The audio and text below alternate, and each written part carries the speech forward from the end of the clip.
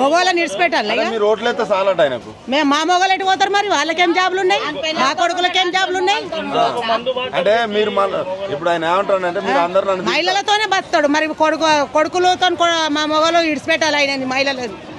మా మొగలని మా కొడుకులని అందరిని ఇడిచిపెట్టి పరిపాలన ఎట్లున్నది? మస్తు ఉంది, కనిపిస్తలేదు అంత పరిపాలన. తులం బంగారం ఇట్లా వస్తుందా?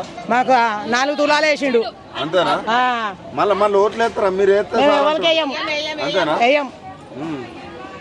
మాకు గిరాక్ లేదు, ఏం లేదు, రూపాయి అమ్ములు లేదు, చేసులు లేదు. ఇంకా మహిళలకు ఇస్తాడంటే మహిళలను పెద్ద చేస్తాడా? మొగోళ్ళని ఇడిచిపెట్టమని ఆడవాళ్ళని ఎవరు ఇమ్మడానే బొమ్మని.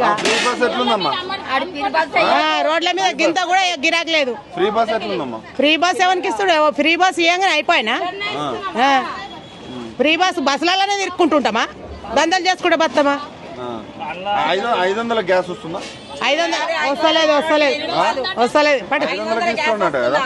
500 గ్యాసే లేదు. అంటే అవన్నీ ఇద్దామని ఎక్కడన్నా అప్పు కాడికి పోతే ఆయన దొంగను చూసినట్టు చూసారు. మరి చూడరా దొంగను చూసినట్టు ఇవన్నీ ఎడియాడబెట్టి దొంగను చూసినట్టు చూడకుండా ఏం చేస్తారు? అంతేనా? ఎట్లా మొత్తానికి ఎట్టుందమ్మా పరిపాలన రేవంత్ రెడ్డి? పరిపాలన దండగా ఉంది. అంతేనా?